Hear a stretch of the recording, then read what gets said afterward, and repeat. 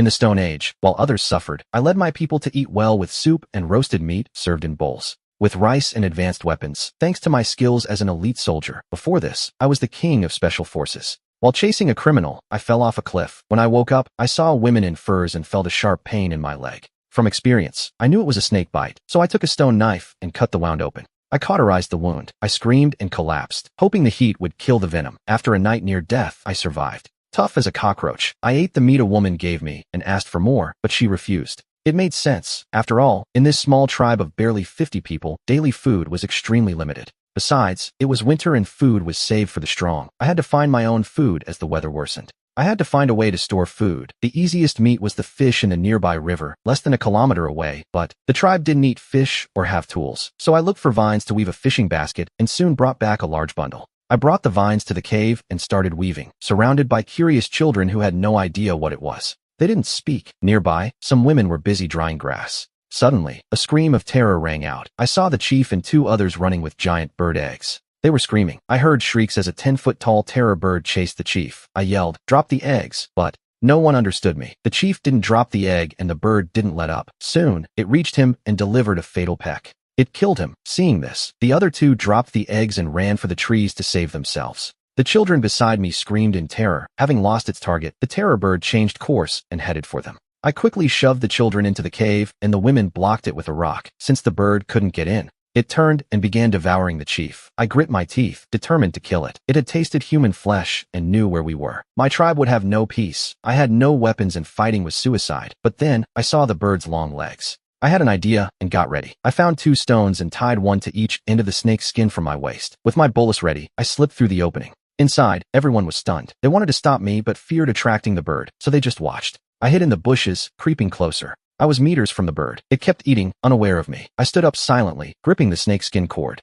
I started spinning the bolus over my head until the cord pulled tight. The bird noticed the movement, shrieked, and charged at me. In the cave, women and children screamed in panic, but I stood my ground. I stayed motionless. At 30 meters, I threw the bolus. The cord shot out, spinning through the air. The bird didn't just sit, it collapsed. It flapped its wings wildly, but couldn't get back up. In the cave, everyone stared in shock. I called 2 boys over to hold the bird's neck while I prepared. I raised a rock and brought it down. The bird's head shattered, and its body stopped twitching. The boys looked at me with fear and respect. I untangled the skin from its legs, tied it back on, and signaled that I was taking the bird's head. When I called them to the cave, they obeyed me without hesitation. Like loyal followers, the 3 of us dragged the bird to the cave. Seeing the massive prey, the people waiting inside emerged. They shouted and rushed out to help. The 2 men from the trees climbed down, seeing how I killed the terror bird alone. They felt great admiration. It was the first time the tribe caught such large prey. In the cave, I claimed the feathers and let them prepare the rest. Now, out of danger, I continued. I spent an hour and a half weaving until the baskets were ready. I used one for entrails and headed to the river. A woman, seeing me go to the river alone, followed me. She felt she had to protect me because of my skills and my new followers. Seeing me with another contraption, they all ran after me. The 4 of us reached the river. I watched the water, and what I saw amazed and terrified me. In minutes, I witnessed several scenes. Big fish were eating the small ones. There were carnivorous fish everywhere. The ecosystem was incredible. The water was clear and moving. The fish were abundant. I chose a spot and submerged the basket. The scent of meat spread and nearby fish swarmed, fighting for the entrails. I pulled the basket up, trapping 4 large fish inside. The fish didn't flee. They swirled around the remains. It looked like I was feeding koi fish. The 2 boys and the woman were amazed by this strange object catching legless creatures. They didn't understand its purpose. I tossed the 4 fish onto the ground. I prepared them, cutting and eating the raw fish. Seeing me, they understood it was food and began to imitate me. They copied my movements and tasted a piece. The woman's eyes lit up immediately. She saw a new food source and asked me to teach her to fish, but I didn't put her to work. Instead, I asked her and a boy to clean the fish. I had the woman and 1 boy cleaning the catch while the other boy worked alongside them.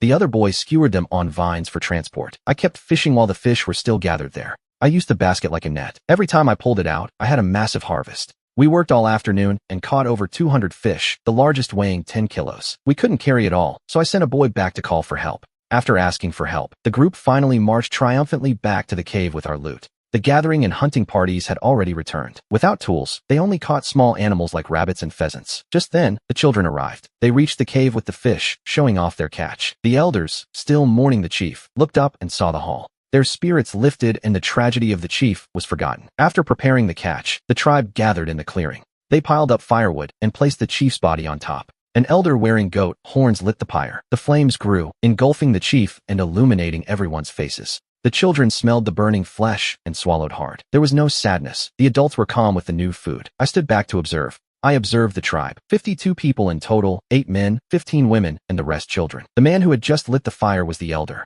He was the wisest, but now he was perhaps second in command, because I was replacing him. In his place stood a man with 6 fingers. His weapon was a club, and he looked dim-witted, perhaps from inbreeding. Next to him was a guy with a feather necklace. He looked fierce, and also used a club. Behind him was Silas, wearing a bone necklace and holding a rock as a weapon. Further off was a 15-year-old boy with one ear and many scars. His weapon was a femur spear. Beside him was Arthur, 17, and the former chief's son, armed with 2 saber-toothed tiger fangs. He was the tallest. With a robust body, his weapon was a femur. The last was a lame man with a cane who went with the gathering group. He loved carving stone and dreamed of making a tray. Overall, Arthur and Derek were considered the combat elite. When the cremation ended, it was night. They entered the cave to distribute food, though they didn't usually eat fish. Today they let me distribute it. I showed them how to eat fish, and everyone imitated me, eating with gusto. They ate their fill. They got excited, dancing and eating. I felt at home and swore to lead the tribe to a better life. When we finished, the elder drew my river fishing on the wall while I was busy elsewhere.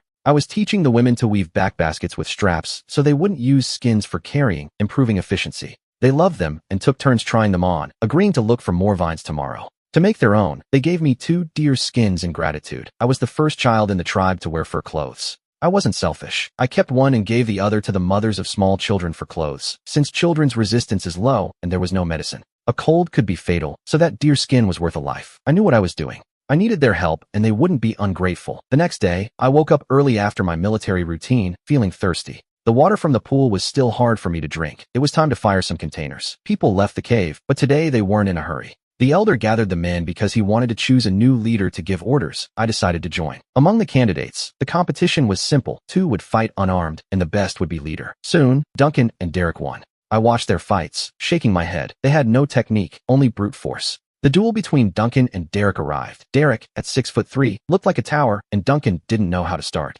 He wasn't afraid. He screamed and attacked first, but Derek grabbed him with his massive hands before he could react. Derek threw him several meters. He hit the ground and stayed down. Excited, Derek beat his chest while the people screamed in approval. They were accepting the new leader, so I stepped forward. I'm next, I thought. Derek saw my challenge and beat his chest. He roared, but I didn't flinch. I stood before Derek in a combat stance. He looked down at me with disdain. The children cheered for me. I lunged at Derek, stepped on his thigh for momentum, and drove a knee into his chin. Derek collapsed, writhing in pain. The tribe stood there with their mouths open. Derek was the strongest. He shouldn't have been defeated in a second, especially by a child. The elder watched, a powerful feeling rising in his heart. The tribe could become more powerful because of me. Before he could speak, they were already lifting me on their shoulders. They celebrated their new leader. In 2 days, I had brought too many miracles. It was the result I expected. Derek recovered and, still resentful, charged at me. I rolled across the ground and grabbed 2 of his fingers from behind. I twisted them and moved behind him, kicking the back of his knee. He fell face first, and the more he struggled, the more it hurt.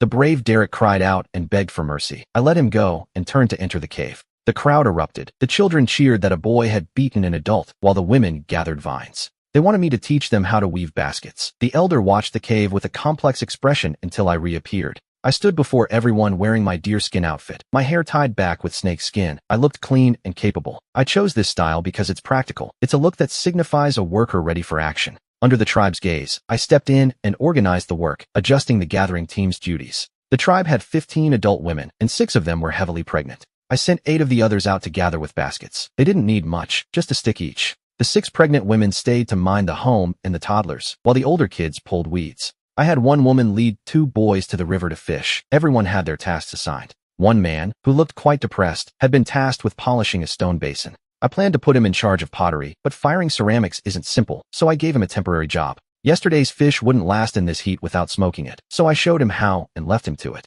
Meanwhile, I dug a hole for a 3-level kiln, bottom for ash, middle for wood, and top for the clay. It took hours to build, but it was too damp to use yet, so I called over 2 boys. I had them light fires on each level to dry it out, so it would be ready by the afternoon. With that organized, I went to the river for clay, used a flat pebble as a table, and began kneading it. Soon, a wide-mouthed jar was ready. I made 4 more to dry in the sun, then started on others. I crafted 2-handled pots, dozens of bowls, and small sets of tableware. They were practical, not beautiful, and I wasn't sure how many would actually survive. By mid-afternoon, I put everything into the kiln while the 2 boys and the others watched without blinking. They watched closely as their leader produced vessel after vessel. They didn't know if these would work, but I ignored them and sat by the fire until the gathering group returned. They had a great harvest, baskets of fruit, vines for weaving, 2 turkey-sized birds, eggs, and moles. With over 100 fish caught today, the harvest was impressive. We had more than we could eat. This extra food could be stored for when the women give birth. I waited for the bowls to turn white. I stopped adding wood and let the fire die out. Once it cooled, I would open the kiln while the tired group gathered by the bonfire.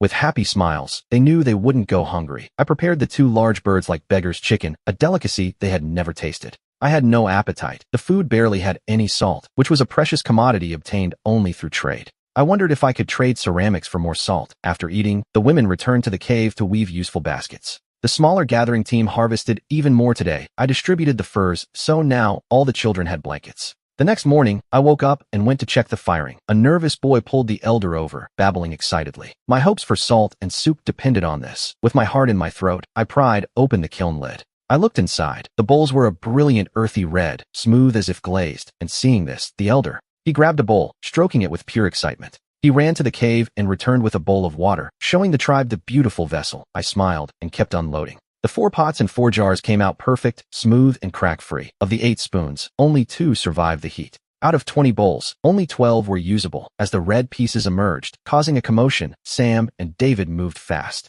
They each grabbed a jar and raced to the river, returning quickly with fresh water. The elder stayed calm despite his excitement and asked how I did it. Before I could speak, the boys who helped me explained it to him. I only cared if I could trade them for salt, and told the elder. He looked at me like I was a spendthrift as he pointed to the pieces. He explained in his dialect just how valuable these were. When I finally understood, I was absolutely shocked. 1 bowl was worth a young man or 2 girls. Jars and pots were even more precious since water containers were so rare. Polishing a stone basin took a lifetime. Some tribes traded their own people for containers, thinking more mouths were just a burden. But I believe more people meant more food and strength, bringing new blood to the tribe. With that in mind, I assigned the tasks. The elder and 7 hunters would set out, taking a jar, a pot, and 3 bowls to trade for people and salt. The jar for 2 women, the pot for 2 young men, and the 3 bowls for salt or otherwise for girls. With orders given, they left while I continued organizing the day's work. The trade was with a western tribe. After crossing a mountain and a valley, they arrived at a tribe larger than ours, with about 100 members who had traded goods before. Seeing them arrive, the bald leader of the other tribe came out to meet them. The elder pulled out a bowl and said, "We trade this for salt." The bald leader's eyes sparkled. The bowl was smooth and lighter than their stone basins. He ordered a bag of salt brought out, but the elder saw it and shook his head. "We want more, and also 2 adult women." With that said, the elder pulled out the jar, and the leader was stunned. Such a large basin would hold more water, but he hesitated. It was worth trading 2 women for the basin, but it was autumn, the harvest season. Fewer people meant a smaller harvest. In the end, he accepted, thinking fewer people meant less consumption and a great deal. Soon, 2 women were brought out. They were 2 sisters. The older one carried a frail 4-year-old boy who was motionless and sick. "We took these 2. Trade them for your stone disc. The boy is a gift." The bald leader gestured with disdain, hurrying them along as the elder watched. He said nothing and asked the boy to take out the pot and remaining bowls. "If you want, we will trade these for children." The bald leader already had 1 vessel. Though it was smaller, he was interested but refused. The elder followed my method, gave a demonstration, and cooked a broth. Soon the aroma of meat wafted out. It was wonderful. The other tribe swallowed hard. Meat could be eaten this way? The bald leader, impatient, took the bowl filled with stewed meat. The bald leader tasted the broth and was stunned. What an aroma! The broth was rich with fat, and the meat was juicy. 1 bite revitalized him. For just a few children, he had to trade. The bald leader acted generous and handed them over, even giving orders. They brought a large package of salted food, filling David's basket. The elder nodded with satisfaction. Later, the group returned. 7 had left, and 16 came back with the 9 new members. This harvest was better than a day of hunting. The group hurried, reaching the tribe at dusk, but the newcomers stood paralyzed when they saw the clearing. At the entrance were 4 jars I fired today, for pots, and many bowls. I looked at my pottery smiling. It was the happiest day of my life. While on the other side, hundreds of fish hung. As they dried, the women smiled. It was all meat, and now they could get it themselves. The newcomers watched in awe. A single stone disc was traded for 2 adults. The tribe had meat and many things. It seemed like a good place. The elder brought the people to report to me about their work. 8 naked people. I saw a naked child. They were all thin, but it didn't matter. The tribe had plenty of meat. 1 winter would nourish them. I approached the woman and her son. The boy was motionless with a burning fever. He was burning up. I took the woman and the boy to the cave, found a skin to wrap them in, and sat them by the fire. I paced impatiently. Without medicine, how could I break the fever? Suddenly, I remembered gua sha. I prepared immediately and put a pot on to heat. I used fish broth and looked for a bone to scrape with. The terror bird's beak was large. I just had to break it. The woman didn't know what I was doing. When I touched the boy, I frowned. She feared I would abandon him and cried. In that moment, I took action. I took a piece of the beak and told her, "Give me the boy, I can save him." She didn't understand, but she felt I was treating her well, so I took him. I took the bone and scraped red marks onto the boy. The pain made him sob. Shortly after, I finished. I gave the boy back to her and fed him spoonfuls of fish broth. The little one swallowed as soon as the spoon touched him. I sighed in relief. If he ate, there was hope. I just had to wrap him up so he would sweat. He would be safe. The woman calmed down. Although she didn't know what I was doing, it didn't seem like I was hurting him. As soon as she relaxed, her stomach growled. She stared at the broth, swallowing hard. I served her a bowl of soup with fish, and then I continued. I took the boy and bundled him in a skin. It distressed me that a simple fever could be fatal. Food was settled, but what about clothes? To get more skins, we had to hunt large animals, but with our current tools, it was difficult. Current weapons were useless. For future hunts, I would search for materials for weapons or traps. I swore that before winter arrived, everyone would have clothes. When they finished eating, the boy woke up drenched in sweat. I gave him back to the woman and tied his hair, naming him Kevin. The woman was overjoyed. The new leader had saved her son. I gave him the same hairstyle as the others to show he was accepted. Then, I crafted my gear, choosing a straight stick. I tied the terror bird bone spearhead to the stick, creating a spear. I broke a piece of the beak to make a dagger. The remaining material I gave to Mark so he could make another. We only had those 2 pieces. The next morning, I assigned the new tasks. Mark would fire pottery, so everyone had a bowl. The women split up, some to gather and others to fish. The children would help with the hunt. I led the party with Mia, Ron, and Scott, plus the brothers Big Max and Little Max, acquired yesterday. In total, a team of 11 entered the forest. Once inside, we fanned out. I guided my 4 young followers, who carried baskets and ropes. Most of the trees were chestnuts yielding over 10 kilos. The ground was covered in chestnuts and there were large birds, but along the way, I only observed. I didn't hunt yet. A good hunter must know his territory inside and out. I discovered wild boar tracks. It seemed to be an entire herd. The depth of the footprints terrified me. They looked like they weighed 1,000 kilos. I followed the tracks over a ridge. Suddenly, my eyes lit up. In the valley ahead, a mountain stream crossed through. Aloe grew along its banks. More than a dozen boars were drinking water. It looked like a family. The alpha male weighed about 1,500 kilos, with several females and over 10 piglets. Facing them directly was unthinkable. I had to set a trap. I retreated in silence. Back in the forest, the boys were terrified. They had never seen such large prey. I prepared the trap myself, using grass to make snare traps tied to a tree. If a hoof stepped in, the loop would tighten. The more it struggled, the tighter it would get. For safety, the boys climbed the trees. Now I had to make the herd return by the same path. I stealthily circled around. I covered myself in mud, grabbed 2 branches, and jumped out screaming from the bushes. The herd, never having seen such a creature, fled into the forest immediately. I chased them closely, shouting. Soon I heard squeals. Reaching the traps, I saw the alpha male there. A sow was on the ground, but the rope wouldn't last. I approached with my spear, and at the right moment, I drove it into her snout. The tip pierced her neck and blood gushed out. A moment later, the 1,500-kilo giant collapsed, convulsing. I sighed in relief, but a dilemma arose. How to carry such a large boar with only 5 boys? I looked at the struggling sow. I had an idea. First, I tied the sow to a tree and bound her snout. Then, I tied ropes to her front legs. Finally, I tied the male boar's rope to the female. With everything ready, I pulled the snout rope to guide her. Mia, Ron, and Scott took a rope. Walking by her side, Big Max and Little Max followed behind to keep watch. We crossed the forest until we saw the cave, a boy clearing. The brush saw us and shouted to alert the tribe. Soon they came out to meet us, but no one dared to get close. They had never seen prey like this. I asked Mark to prepare a jar of salt water. When he brought it, I dug a hole and placed it inside, level with the ground. Then we pinned the sow down. I cut her neck, and blood flowed directly into the vessel. I poured in a bowl of salt water and stirred. It would coagulate into blood sausage for the soup. The tan boar skin would make shoes or backpacks. With both skins, we could make many. The fat was thick. Later, we would melt it down. The rest, except for the lungs used for fishing bait, was edible. The bones from the skinning were plentiful. We cleaned the large bones to sharpen them into weapons. The entire afternoon was dedicated to processing the 2 boars. It was exhausting but rewarding. Meat hung in the smokehouse, and there was a jar of blood sausage, cooked, along with 3 jars of lard. The children laughed while eating pork rinds, even Kevin. When Mark brought out the pottery at dusk, the group returned. The fishing party brought back hundreds of fish, and the hunters weren't far behind. Pheasants, snakes, bird eggs, weasels, and chestnuts. Most surprising was the large quantity of blood sausage. Kevin's aunt, leading the gathering team, found a new food, a very sweet plant root. Amber, like sugar, could be refined. I congratulated the young woman. At dinner, everyone ate, but the elder looked grim. He began whipping Kevin's aunt with a vine. I remembered that vine was tribal law for punishing those who committed mistakes. Seeing this, I stopped the elder and asked why. He said the root was bait for the demon tree. Whoever ate it would be devoured. Hearing this, I ordered Kevin's aunt to stop giving the root to Kevin. I ordered everyone to stop eating the root, not because I believed him, but in case it was poisonous or addictive. Because of that, I slept alert that night, feeling changes in my body. The night passed without incident. At dawn, I began organizing the day. Everything stayed the same, except Kevin and his mother would fish while I went gathering with my followers. I wanted to see what this demon tree was. It was deep in the mountain. There are no tall trees there, only very dense brush. There are fruit trees, and as I moved, I discovered red chilies, the ones I craved. But the tribe didn't eat them. The spiciness made them believe they weren't edible. I ordered 4 men to gather only chilies while I followed the gathering team. A basin opened before me. There were animal skeletons everywhere. In the middle stood a strange tree about 60 meters tall. Its roots covered 500 meters, growing denser toward the center. It looked like a trap to lure animals. My instinct told me it was dangerous, but I decided to investigate, confident I could retreat safely. With every step, I probed the ground with my spear and slowly advanced toward the center. When my spear touched a hidden area, my elite soldier instinct warned me of danger, so I pulled back the spear and retreated. In that instant, a whistling sound rang out. More than a dozen sharp thorns slammed into the ground. Right where my spear had touched, each thorn had a white flower at the end. They were natural arrows. I felt glad to be alive.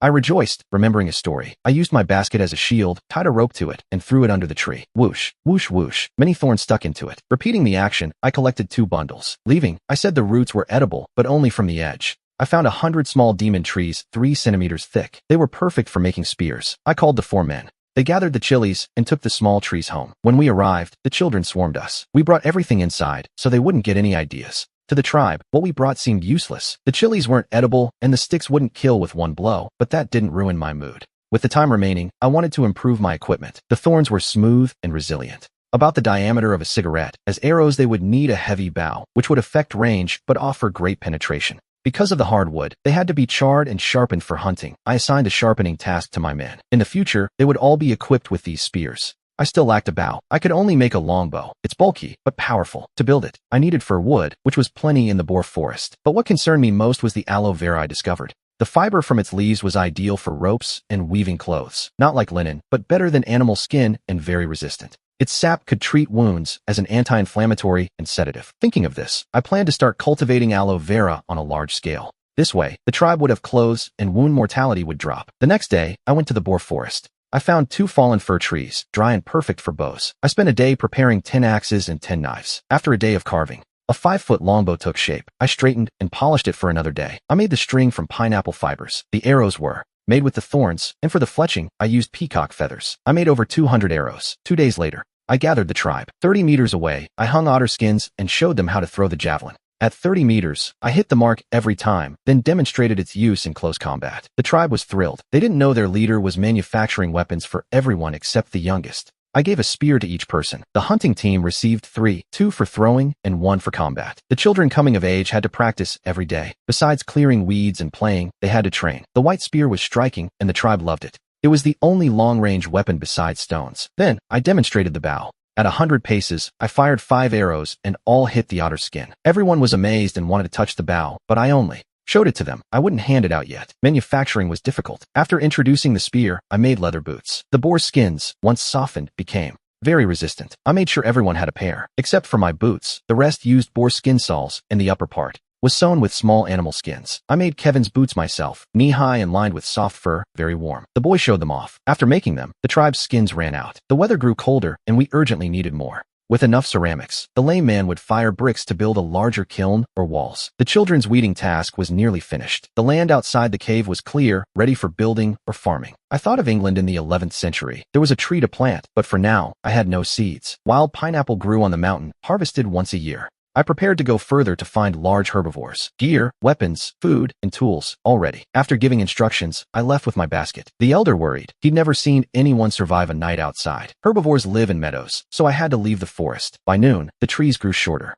Joy, I was finally leaving the forest. My mouth was dry, so I went to a river to drink. As I leaned down with my bowl, a huge monster leaped from the river. A mouth full of fangs lunged to bite me. I spun around, but the monster still bit my basket. Its jaw became trapped. It couldn't let go, only shake its head. It dragged me into the water, thrashing me around. I pulled the dagger from my boot, cut a basket strap, and managed to turn. With one hand, I clung to the other strap, and with the other, I drove the dagger into its head. It thrashed even more violently, tossing me out of the water, then slamming me down, dragging me through the water. I climbed onto its head. I stabbed its eyes. Blood and brain fluids gushed out, clouding the water. Little by little, the monster's struggle lost strength until it convulsed sharply. Exhausted, I swam to the shore. After a rest, the monster died, floating belly up. My basket was still stuck in its mouth. Using a strong branch through its eyes, I dragged it out of the water. It was a 15-foot fish. After resting, I took my axe and started striking its teeth. The triangular teeth, the size of a child's palm, numbered over 50. I ripped them out to free my basket. My fire starter didn't get wet. The basket was damaged, but usable.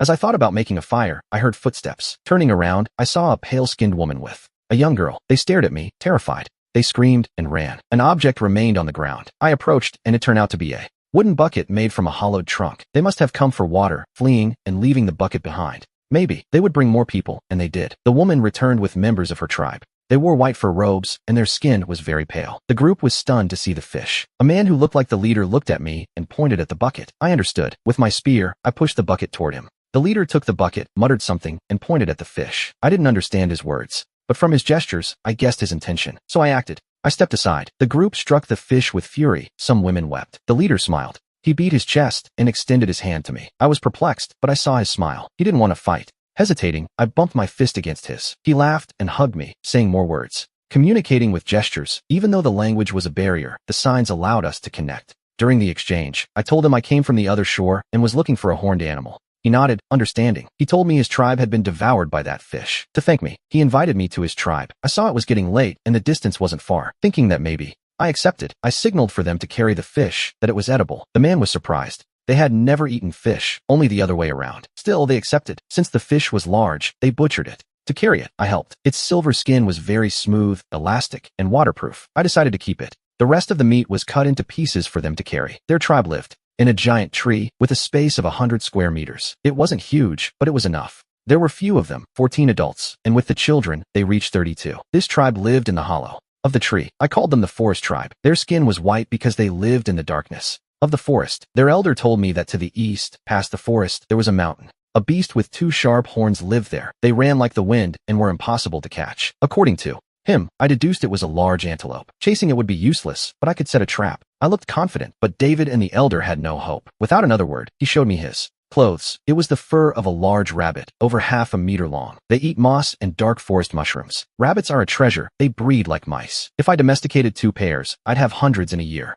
David led his people to gather mushrooms as bait. Soon a fat rabbit appeared, and they swarmed it. I pulled out my bow and arrow. David stared, stunned. With a whistle, my arrow pierced a rabbit's neck. I gave him an arrow as a symbol of friendship. By midnight, I had killed over 10 rabbits. We split the loot, skins for me, meat for the tribe. Now I just needed to gather more for my people. I could use the horned beasts to pull carts. The next morning, I said goodbye to David and headed out. I left the forest, and a vast prairie opened up before me. I saw herbivore tracks and readied my bow. I laughed with joy. I saw a herd of blue antelopes the size of donkeys. They would be perfect for labor. Their sharp horns were dangerous. One attack could be fatal. I realized it was their mating season. I would control the male, and the others would follow. I hid behind a bush and prepared my bolus. I saw my chance. I threw the bolus, entangling the male's legs. He hit the ground bellowing. Like a cowboy, I threw my lasso, catching 2 females. The rest of the herd panicked and scattered. I tied their legs. To break their pride, I used my axe to remove their horns and cauterize the wounds. The horns would never grow back. The 7 beasts, once furious, were now docile. I tied them together.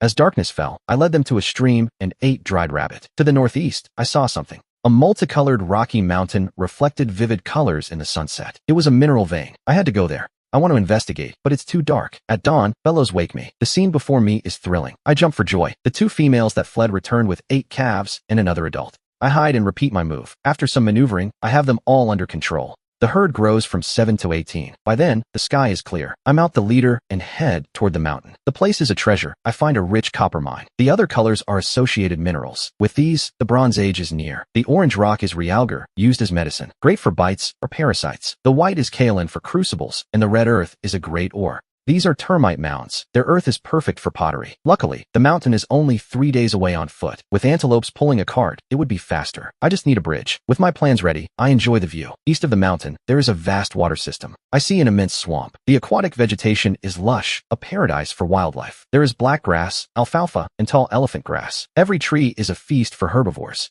The tribe is perfect for cultivating these. My rabbits and this herd depend on them. There is also wild chive and water celery. Taking them will provide vitamins. By mid-afternoon, I collect a bag of seeds. I tie it to a female's back and hunt for dinner. Soon, 2 of my arrows bring down a giant prehistoric goose. It falls. I pluck the feathers from my arrows and plan to roast it to restock my meat. But as I crouch by the water to clean the bird, I make a discovery. Rice, more rice. It's everywhere. Back at the village, they keep watch. To increase production, David uses brute force. If he sees a burrow, he digs it out. If they don't come out, he uses fire and smoke. The method is effective, and he captures several litters. But this destructive hunting brings misfortune. In this season, all tribes are stockpiling food. The cannibal tribe is no exception. Their food is humans. They eat the men. They keep the women. The day I go to the swamp, the cannibal tribe is attracted by David's fire. The group consists of 40 adult men. Their weapons are stone axes and spears. They are formidable. The 2 leaders ride young mammoths. Our tribe, even with all its members, cannot match their numbers. Facing such an enemy, David and his people flee. The cannibal tribe pursues them.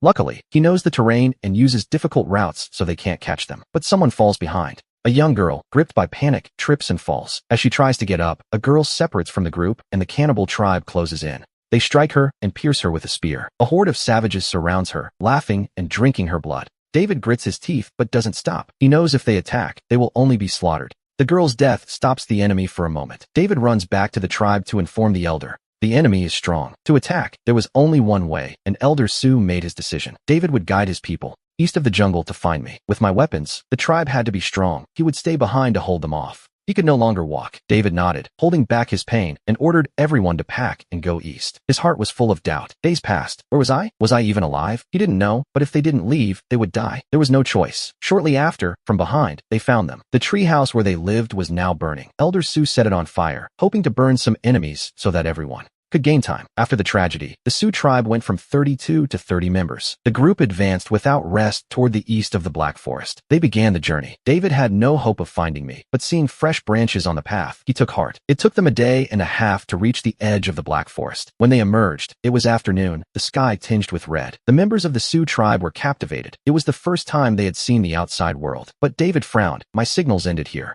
He didn't know where to look. Confused, he noticed traces of a campfire by the stream. Approaching, he saw animal tracks. Among them, the marks of my boots. David sighed in relief. He knew I was close, so he told his people to rest. While they fled, I was in the swamp, searching. Finding rice among the reeds was not easy. Suddenly, I had an idea. Waterfowl like that plant. I just had to look where they gathered. Thinking this, on one hand, I rowed, and on the other, I struck the water. Suddenly, from a nearby reed bed, a flock took flight. I followed their direction. As I approached, a rice field with heavy stalks appeared. My eyes sparkled with excitement. It was what I was looking for. Wild rice. I rowed harder, but just as my canoe was about to arrive, I heard voices. Turning around, I saw shirtless primitive men on floating logs. They were heading toward me, waving their arms and shouting in concern. They were from the Sioux tribe. In the Killen district, the tribe only had about 50 people. They were gathering chestnuts. They saw a fellow human on something that floated, heading toward the dead land the elders spoke of. Out of kindness, the leader, Sarah, shouted at me. She hoped I wouldn't go further. I didn't understand her language, only her perplexity. Seeing that I didn't react, Sarah swam toward me. While I was bewildered, she arrived and pointed to the reed bed with rice, never stopping her shouting. Her expression was anxious and fearful.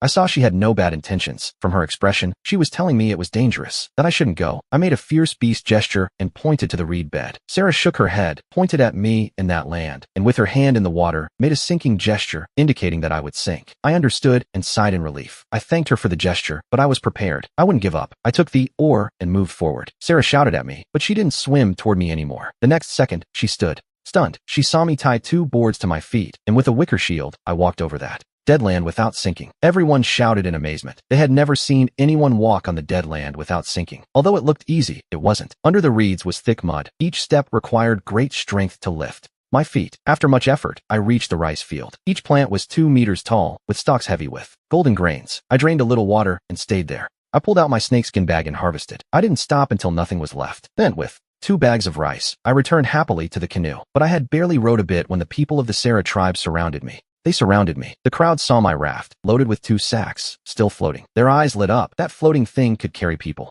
and objects. The smartest ones imagined rowing in it to gather chestnuts. I looked at the people, feeling anger, but they didn't seem malicious. I contained my anger. Sarah, noticing my annoyance, signaled me, asking if I could teach them, looking at everyone surrounding me in the water. Besides, they had been kind enough to warn me. So I agreed. I instructed them to gather their logs, align them, and I used reeds to tie them. Well, then, I told Sarah to climb on. The raft held her. Sarah got excited and called her people. To let them try it out, the raft held up perfectly. Liam was happy. He knew the raft was easy to build and the materials were easy to find. He looked at me with gratitude and invited me to his tribe, but I refused. Out there, my herd was waiting for me. Liam gave me a chestnut, promising that if I had trouble, I could bring it to his tribe for help. I smiled and carried the 2 sacks of rice to the meadow. After a day, I had harvested 30 kilograms of rice. I didn't dare eat any. I wanted to take it home to plant. But to farm, I needed tools, and for that, I needed copper and tin to forge them. The afternoon David emerged from the jungle. I was on Babeo Mountain, in the small meadow, eating and weaving mining baskets. David's situation was dire. They had fled without fire, and for the last few days, they only ate dried meat. At night, cold and hungry, they huddled together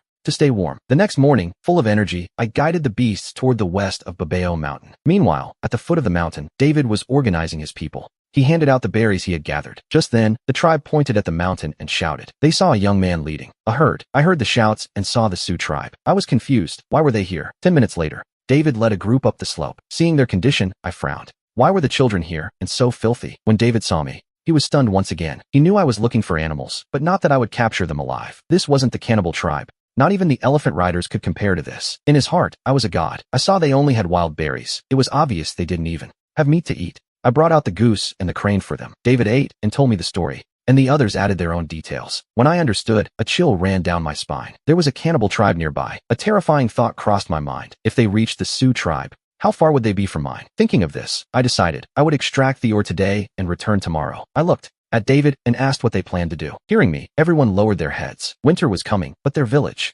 was destroyed, burned down, and a cannibal tribe was hunting them. They had nowhere to go. Seeing this, I offered, how about you join my tribe? I asked if they had food for the winter. Hearing this, David's eyes lit up. He believed in my words, and the herd would be enough. For the winter, the others wanted to join too. They saw the power of my bow. With a weapon like that, they wouldn't lack prey or be attacked. They looked at David, waiting for him to accept. David was already moved, but as a leader, he still needed to think. After hesitating, he asked, if you invite us, will your leader agree? Hearing him, I told him not to worry. I smiled and said, don't worry about that, because I am the leader. David couldn't believe it. A young man like me was the leader, but then he understood as he saw my skills. Skills that neither he nor any adult could achieve. Thinking of this, he didn't hesitate and accepted. To ease their fears, I gave him my spear. I gave the spear to David, the axe to Mark, and the shield to Sarah. I knew that if I wanted to give them confidence, I had to give them weapons, and so it was. Receiving them, they rejoiced. David brought out the horn and the rabbits I asked him to catch alive. There were more than 30. Seeing them, I got excited, thinking that since they breed every 2 months, the tribe wouldn't worry about furs. After breakfast, David thought we would leave, but he saw me digging up stones and asked what I needed them for. With these, I'll make better weapons, and we'll hunt so much food we'll have leftovers. David was stunned. It was a life they never imagined. They started to help. With dozens of people, the speed increased. By noon, the large baskets were filled to the brim. We collected copper and tin ore, along with red clay, white clay, and kaolin for pots and molds. We finished and got ready. I set out with a team of dozens. Each donkey carried 2 sacks of ore, hay, rabbits, and seeds along the way. Our pace wasn't fast. I was teaching David and the others how to use the weapons. We walked until dusk and set up camp. The first half of the night was quiet, but in the early morning, I felt it. The ground was trembling. Immediately, I sat up, alert. Suddenly, I remembered David's long-nosed monster. In an instant, I knew what was coming. I woke everyone up and put out all the fires. With 2 sharp but youthful roars, 2 enormous silhouettes suddenly appeared in the distance. In the firelight, they saw dozens of men with torches, weapons, and bone ornaments. The man on the elephant signaled. They all charged toward us. My combat experience kept me calm as I gave orders to a member named Matthew.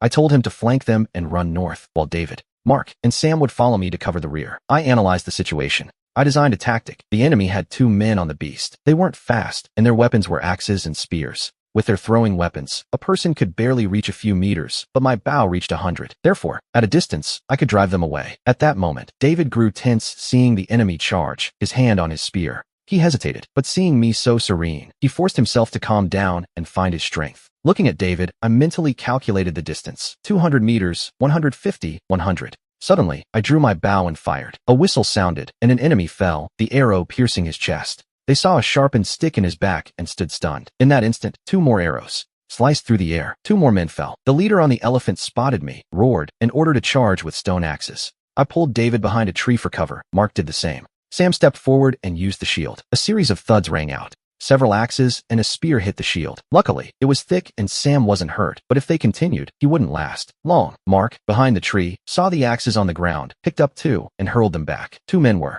wounded. David didn't stay behind. He picked up a spear and threw it back with force. An enemy was pinned to the ground. I shouted for them to run, keep their distance, and fight. They repeated the tactic over and over. Of the 40-man army, only 7 remained. The rest were dead or wounded. Suddenly, I yelled for them to stop. At 80 meters, I watched them. The leader, seeing that we weren't running, was confused. Only a few exhausted men remained by his side. Enraged, he charged again. I stabilized my breathing, drew my bow, and prepared. When he was 70 meters away, I fired. The arrow hit his right eye. The leader screamed and fell from the elephant, only to be crushed by the beast. He died instantly. The elephant felt it had stepped on something soft. It turned sharply to look and froze, stopping dead in its tracks, motionless. The subordinates were stunned. How did their boss die so suddenly? But they didn't stop in order to counterattack. 3 spears and an arrow flew. 3 enemies fell. Only 3 remained. Terrified, they fled, including the other man on the elephant who turned his beast. But it was too slow, so he jumped. I fired another arrow, and before he touched the ground, one pierced his chest. He fell. Now the 3 of them, with David, charged behind me. 3 stone axes finished off the last 2. Just like that, the battle ended. David and the others couldn't believe that. With only 4 men, we defeated 40. The 2 elephants, riderless, stood there confused. I immediately gave new orders. Sam would stay and wait, and Matthew would go find the rest of the tribe. David would go with me to finish off those who hadn't died yet. We split up to act. I searched for my arrows while they gathered intact spears and axes. The 2 ownerless elephants followed me, giving me soft nudges with their trunks as if they wanted to stay. I pushed a trunk away. Don't follow me. I can't keep you. They were monsters that could weigh 15 tons. How much would a creature like that eat? David said there were only 36 bodies, 4 were missing. I had a bad feeling. In the dark forest, it was impossible to find them, so I let it go. At dawn, Sam and Matthew returned. I waited for them to sit and eat. I asked David to distribute the recovered weapons. Now everyone had one. The animals ate hay, but 2 strangers were mooching food. The hay for 2 meals vanished instantly. My head throbbed, and I raised my fist to drive them away. As I raised my fist, one elephant looked at me pitifully, almost crying. The other curled hay with its trunk and offered it to me,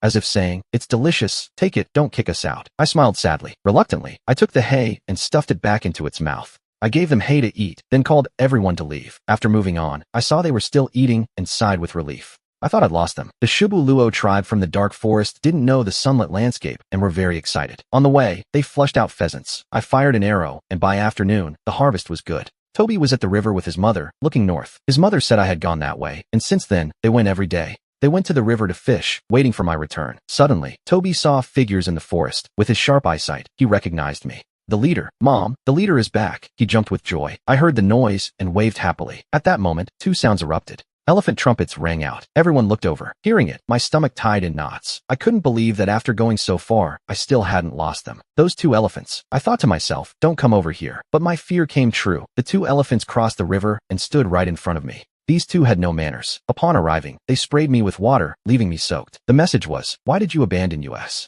I wiped my face in resignation. "If you want to eat, you'll have to work. I won't keep you for free." Hearing this, the elephants gave me little pats. I didn't know what it meant. The women of the fishing team were scared seeing the monsters, but seeing their closeness to me, they showed admiration. "The leader is incredible. He tames monsters," they whispered. Toby ran over. He ran up and hugged my leg, showing no fear of the creatures. I told them the news. I told them they were new members and guided them to the cave. They put Toby on an elephant. On the way, the people of the Yuan Shu tribe and the fishers observed each other. The fishers looked at the 18 blue donkeys. David and the others watched the women, their hairstyles, leather shoes, and the fish each one had. Each woman had a white-shafted spear, David's favorite. Seeing that everyone had one made him envious, but now he belonged to the same tribe. He got excited. I guided the Shu tribe back to the Yin tribe. Upon seeing me, the Yin people shouted, "Leader!" The people of the Shu tribe were drawn by the sound. Seeing the scene, they were stunned. They saw beautiful pots, countless fish at the entrance, and also a wounded boar. It weighed over 1,000 kilos, and I was pleased. The hunting team had mastered the spears. David finally understood the strength of the Yin tribe.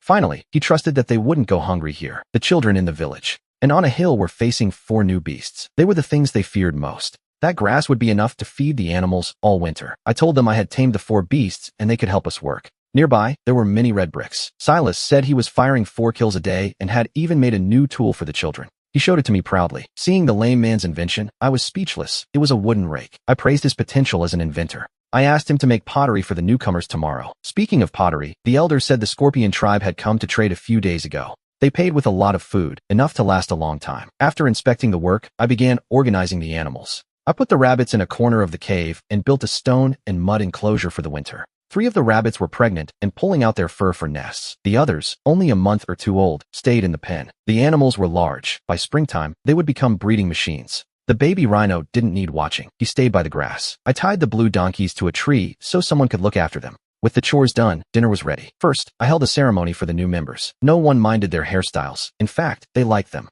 It made them look more energetic. Since they caught a boar today, we had pig's blood soup for dinner. They added vegetables and made several pots, along with the pheasant I had hunted. We had chestnut stew and 10 roasted fish. Everyone also received a serving of fruit. The sweet and sour meal united the old and new members as they ate and laughed. Later, I asked the elders to teach the newcomers leatherworking. While they learned together, I took a charred branch and drew a map of the outside terrain on the wall. It was a rough sketch of the cave, the stream, and the forest. I wondered how to plan the 3,000 acres in front of the cave. If it were all rice, we could never finish it. Besides, planting only rice was impossible since this was dry land. Rice grows in paddies, and converting dry land into paddies was a monumental task. Then there was the housing for the newcomers and newborns. The tribe now had 97 people. The cave was no longer enough. In the future, we would have to build houses on this land. Housing, rice paddies, orchards, a farm, warehouses, pastures, a foundry, and a carpentry shop. It all required careful planning. To achieve this, the first problem was the rice paddies. I planned to build a square city in the center with residential areas, a farm, and warehouses. With the foundry and carpentry shop inside, the city would house 5,000 people. It would take several years to complete in phases.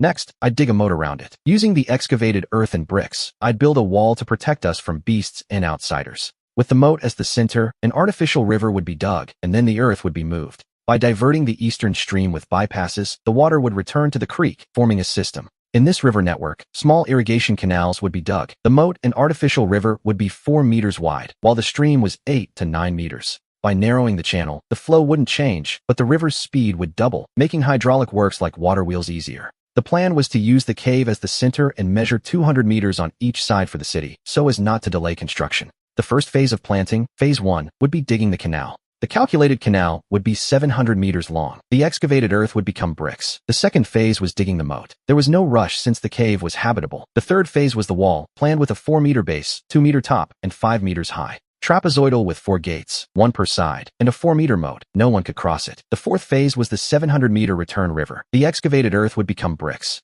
The excavated earth would become bricks for houses and buildings. The project would finish in 3 to 5 years. Otherwise, I feared that the cave would no longer be enough. The next morning, I organized the tasks. There was much to do, so gathering stopped. The newcomers hadn't escaped yet. I assigned Silas to make pottery and the children to cut grass, tying it into bundles for storage. David, Hunter, Big Max, and Ben. Max went to the mountain to bring trees for spears. The women split up. One team went to the valley I visited to gather plants. Molly saw 6 pack animals with baskets for transport. Another team went to the forest to scrape bark from white wax trees. It's good material for wax, and I plan to use it for bronze molds. I assigned the remaining men to felling trees with thick trunks. The trunks would be for shelters and the branches for firewood. I planned to make charcoal to smelt copper. The more, the better. The pack animals transported it. If they couldn't, they'd ask the baby rhino for help. The people didn't understand. They thought we should store food, but I told them the reserves were enough. We had enough to last until spring. If we kept fishing, the population would suffer. So I let the fish spawn and sent the teams out. I got to work. First, I used firewood to make charcoal. Then, I used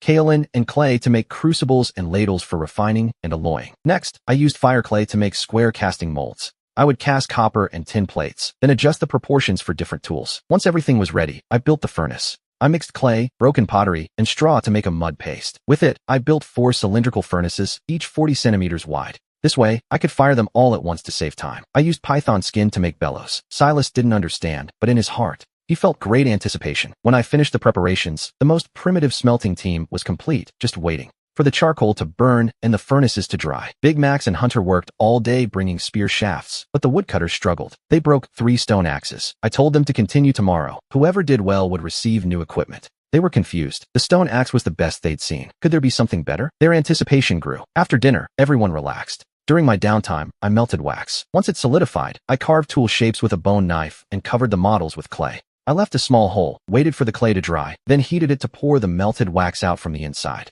This gave me a hollow mold. The remaining wax made demolding easier. Though it was tedious, it was quite precise and avoided waste since the wax could be reused. The next morning, the people took the pack animals out. Under my instructions, they understood that beasts could help with the labor. Big Max and 3 others stayed behind to help me with the bellows. Silas's pottery was ready, so he assisted me today. He was smart, so I decided to teach him smelting. I wouldn't do this work alone. It was better to find an apprentice. I lit 2 of the 4 furnaces. David and Ben worked the bellows while Big Max and Hunter added charcoal and ore. With the bellows, the flames roared. Soon, the ore melted, and liquid copper flowed through a slit, accumulating into a piece of copper mixed with slag. I processed the tin ore the same way. It melted in minutes. I used a branch to pull it out. From the ashes came 2 pieces of impure metal. I repeated the process, and after a few hours, I had a pile of it. I lit the furnaces. I waited for the temperature to rise and put copper and tin in crucibles. Once liquefied, I skimmed off the impurities with a spoon. Using a ceramic rod, I poured the liquid copper into molds to cool, then did the same with the tin. Silas and the young men watched.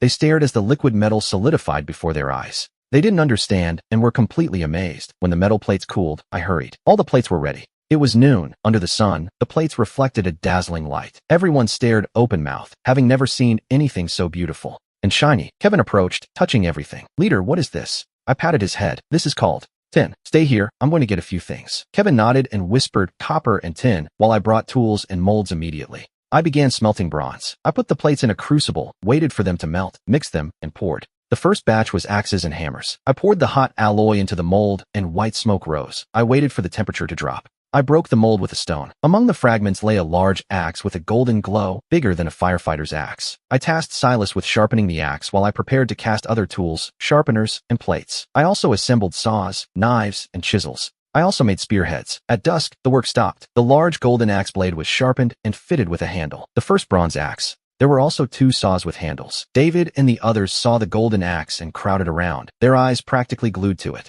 I smiled and pulled out a spear with a golden tip. People were stunned. It was a spear, too beautiful, especially Ryan and Duke. They were practically drooling. "Leader, is there any for us?" they asked. I smiled, took out some ore, and gave it to David. "It's made from this stone, but there's none left." The tribe was amazed. They had dug for this stone without expecting it to become a weapon. It was so beautiful. Marcus was the most direct. "If there's no more, we can dig. We know where." I nodded, said it was inefficient to wait, and that soon we could bring back plenty. I promised them that soon, everyone would have a spear just like that one. Then I taught them how to use the saws. The 2-man saw sliced through a trunk in no time. They used the hand saw to clear branches from a log in a minute. The 3-foot axe was also impressive. It was easy to handle. If Delilah used it, a thin tree would fall in a few swings. Once they learned, I let them eat. After the meal, the people listened to Todd tell stories while I established measurement systems for using the axes. The hemp was already harvested. The women braided ropes while the children watched the rabbits give birth outside the hutch. The 3 female rabbits gave birth to 6 or 7 kits each. The rabbit population nearly doubled. Todd had pottery experience and helped with wax molds while I made bronze shovels for the river.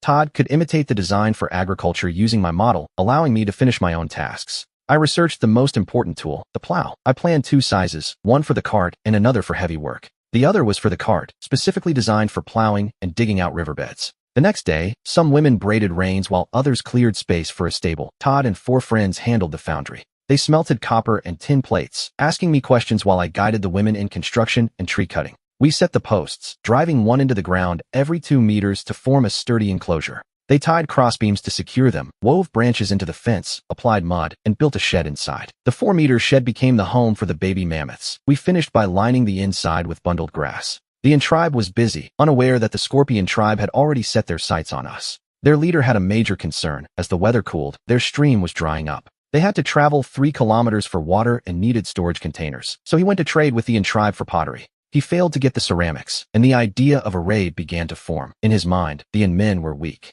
They had fewer than 10 men, while we had 15. Plus, last time he made long stone spears, he thought defeating and robbing us would be easy. Taking our pottery and food wouldn't be a problem. That morning, Silas led his men out. Armed with several spears, they marched toward the tribe, ready to defeat our hunting party and then loot the settlement. In the forest, Arthur and Joe were already busy felling trees. Today they worked fast. With 3 axes and 2 saws, in just half an hour, they could obtain a clean trunk. That was the speed of just one group. The team had 10 men in 3 groups, dropping 3 trees every 30 minutes. The last man was Mason, in charge of transport. He guided a grazing mammoth nearby when suddenly, a group rushed down from the opposite mountain. Each one carried a spear. Mason screamed toward the slope and pulled the mammoth to flee. Hearing him, everyone stopped working. They grabbed their weapons to fight. Silas and his men chased them to the slope until, with several whistling sounds, 2 mammoths were hit. They trumpeted and fell. The other 4 ran frantically toward the tribe, dragging the fallen bodies behind them. As they reached the hill, the tribe pulled out stone axes and hurled them. With a whistle, 3 enemies hit the ground.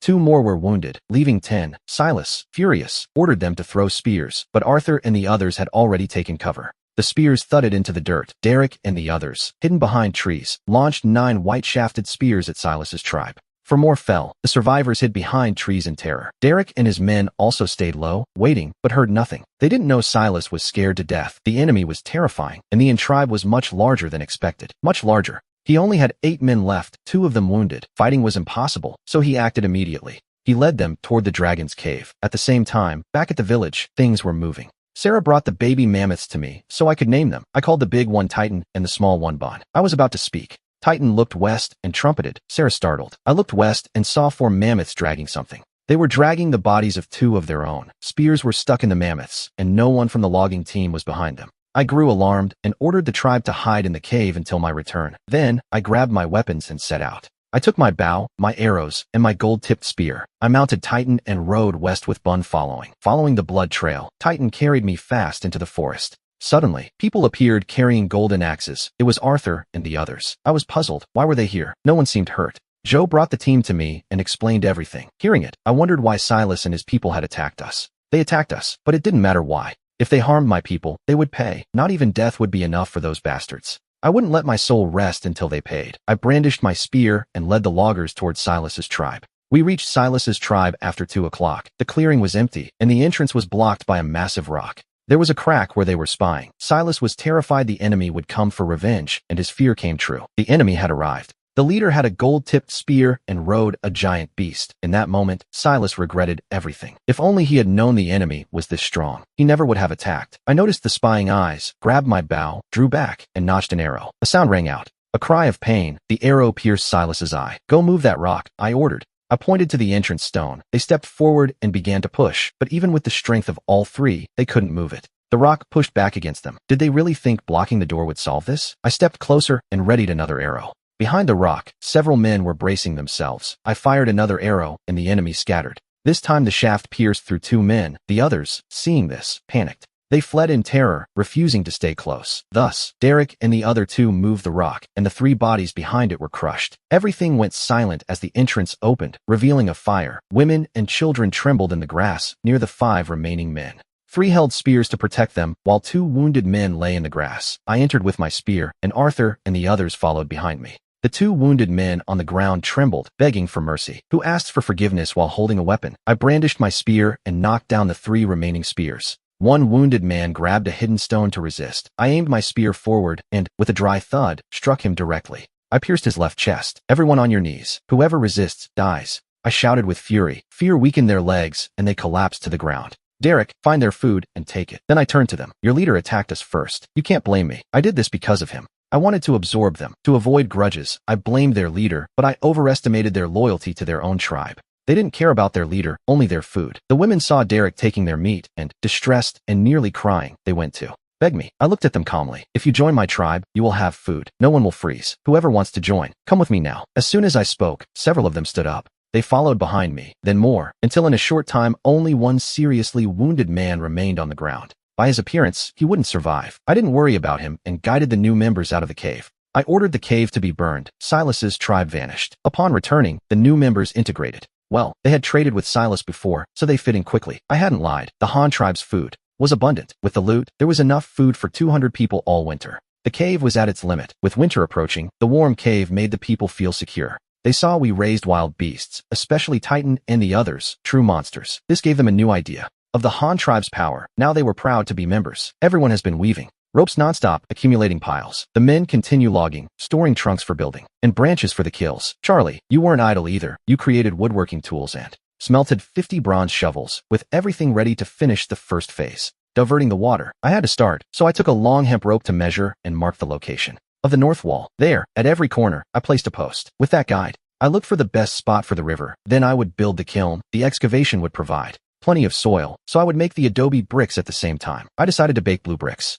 a process that requires a lot of water. To make access easier, the kiln would be located on the bank of the stream. They had already baked red bricks, perfect for the new kiln. The cylindrical kiln required the whole tribe and took 5 days to build. Making the brick molds took more time, and with that, they finished. The plow I made appeared under a 2-meter wide frame. I installed 4 bronze plowshares. We just had to pull it. One passed to plow a strip 2 meters wide and 40 centimeters deep. To pull it, I had Titan and the other beast, with the 2 of them plowing in parallel. They moved forward, opening a riverbed 4 meters wide. In less than an hour, they dug a stretch 700 meters long and 40 centimeters deep. Seeing this, I was happy. At this rate, the wall wouldn't take 3 years. I planned to bake bricks in winter. By then, everyone would be free and the heat from the kiln would be welcome, a happy job. But there was a problem, how these adobes would cover the earthen wall. Each brick was huge. Transporting dirt and adobes would take a long time, so I decided to make a wheelbarrow. For this project, I first had to find helpers. They would be the tribe's carpenters. The most talented was Mason,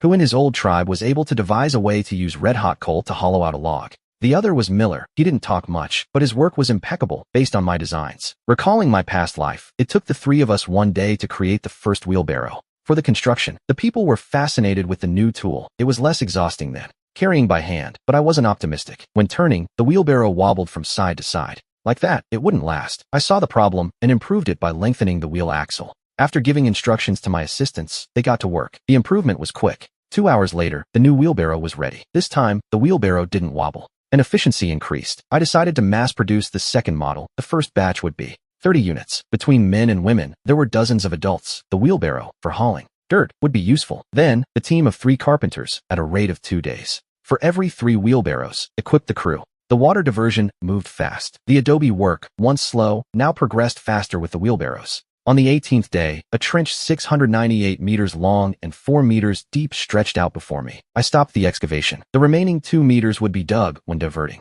the water. The tribe returned to their routine. The men cut wood for building, and the women returned to gathering. It was never enough. The 30 wheelbarrows were ready for future copper mining. Arthur and David, the men under my direction, tried to make a larger cart. Both had experience. I gave them the design for a wagon and left them alone to experiment. I dedicated myself to making agricultural tools. Everyone was busy. That morning, leaving the cave, I saw, what was it? A white blanket. Winter had arrived. It snowed incessantly. The woodcutting stopped. Everyone took shelter. The women no longer went out to gather. Bricks couldn't be fired. We had to wait. So I began. My plan was to teach language and writing. The people already knew some words, especially Kevin, the boy who could already form sentences. That made it easy. I just had to teach them more vocabulary. Regarding the Chinese characters, teaching simplified characters wasn't practical. Clerical script would be easier to accept. The main goal was recognition to increase literacy. 2. Motivate them. I set a rule, a daily test. Whoever didn't read received a half portion. Whoever learned well got a prize. It worked. The tribe got excited, especially the children, who practiced. After class, days later, the snow stopped. The brick firing plan began. I did a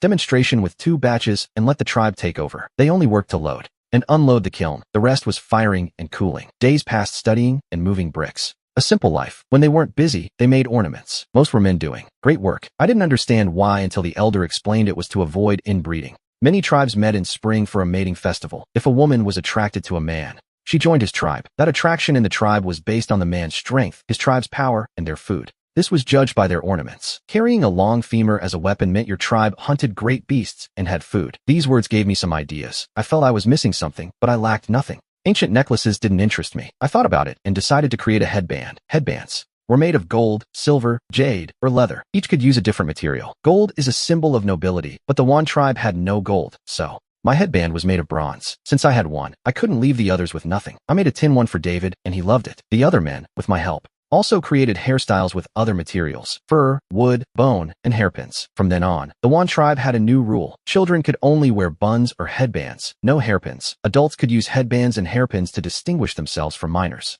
The women no longer just wore ponytails. Adult women wore buns with combs or hairpins, while young women could wear ponytails, loose hair, or braids. They used hairpins as ornaments. Metal was strategic. Not everyone could use it. I used it as a reward. You could earn it. Now, in the Wan tribe, one look at someone's head revealed their status, age, class, or contributions. I made a headband for Kevin. It had a bronze cloud brooch, a prize for learning to read. He was the first child to have one. Metal. He was happy. In reality, my enthusiasm wasn't just about differentiating classes, but for the mating festival. It wasn't just to find a partner, but to meet others and see if we could trade. Before, salt came from trading with the Sieting tribe, but now that they no longer existed, and before I could find a salt mine, I wanted a new supplier. Han pottery was valuable. I wanted to trade it for salt and buy people. 200 people wouldn't fill my city. However, not all tribes were like the Han, carefree about food and able to think about the future of their development. For example, the Heishu tribe, east of the Han, was mid-sized with over 150 people. They had a major difference from the Han. The Heishu tribe had their own beliefs. They worshipped the black rat and had a shaman. This winter, the shaman claimed to receive divine guidance that the winter would be longer. Worried about food, he asked the chief to lead a hunting party. So the chief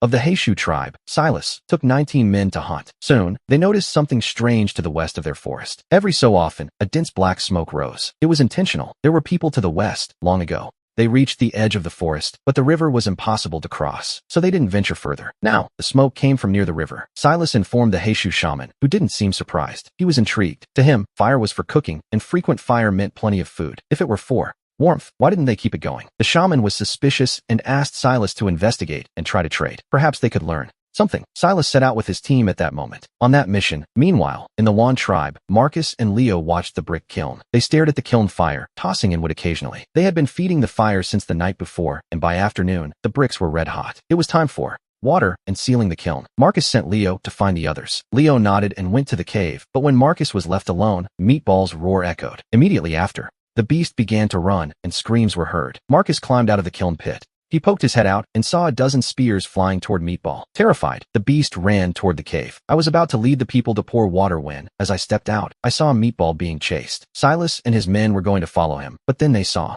that I was coming out with my people, and they froze. Damn it, who's killing my Meatball? To arms. The tribe, hearing their leader, came out shouting with weapons in hand. They surrounded Silas's group. Silas stood open-mouthed at the sight of the crowd. They all looked fierce. I wore a crown, a brooch, and a gold spear. My gaze was icy. The formation behind me was even more dazzling, blinding. Each one had a bronze shovel, not to mention their power. The formation alone was enough to paralyze Silas and his people with fear. Meatball, seeing that I had control, returned and stood behind me, roaring at Silas with newfound courage. I patted him to quiet him down and turned to Silas. He is our beast. Why were you attacking him? Silas was bewildered, but he saw how close I was to it. He didn't expect they could control a beast like that. But what surprised him more was Titan, even larger than Meatball, who at that moment heard the commotion. He ran up next to Meatball, staring at the surrounded group. Silas and his men nearly wet themselves with fear. There's another one. Seeing Silas's shock, I frowned and signaled the elder to ask who they were and what they were doing. The elder stepped forward and spoke to Silas with words and gestures, translating my words and introducing me. Silas apologized. He didn't know the beast had an owner. That's why they hunted it, to survive.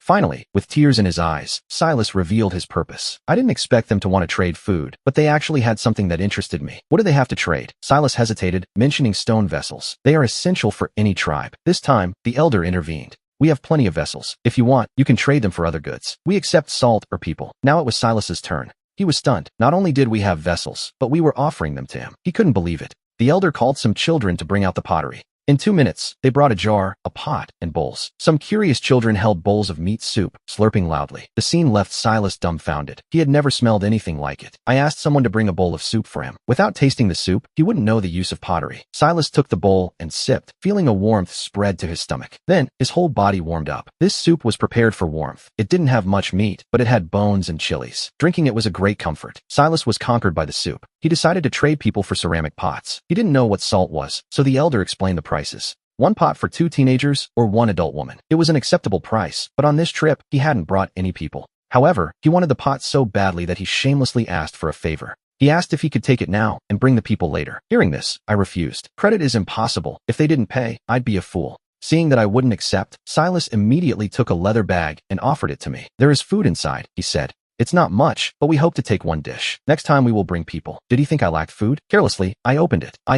and looked inside without interest, but I was shocked. My eyes locked onto the contents. They were peanuts. In my mind, dozens of dishes appeared that I could make with them. Roasted, boiled, fried, or even peanut butter. This was a great find, beyond just its nutritional value. The most important thing was that I could extract oil from them. If we planted them in large quantities, we would have oil for cooking. That fat could be used for soap, candles, and explosives. They were a strategic resource. I suppressed my excitement. It took me a moment to regain my serious face. Where did you get this? Silas gestured frantically to explain. Until I finally understood. It came from the god his tribe worshipped. The rats would dig up the peanuts from their burrows. They knew where to find them, so they weren't rare to them. I nodded in silence and took a basket. A basket full of peanuts could also be traded for ceramics. With the shell still intact, Silas couldn't believe his luck. That I would give him such a deal. Excited, he agreed to bring more. Silas took the basket, a pot, and a ceramic bowl. I even gave him a spoon as a gift. As they walked away, I felt a chill. An unknown tribe had reached my cave. Luckily, there weren't many of them. If they had come to attack, even if the tribe resisted,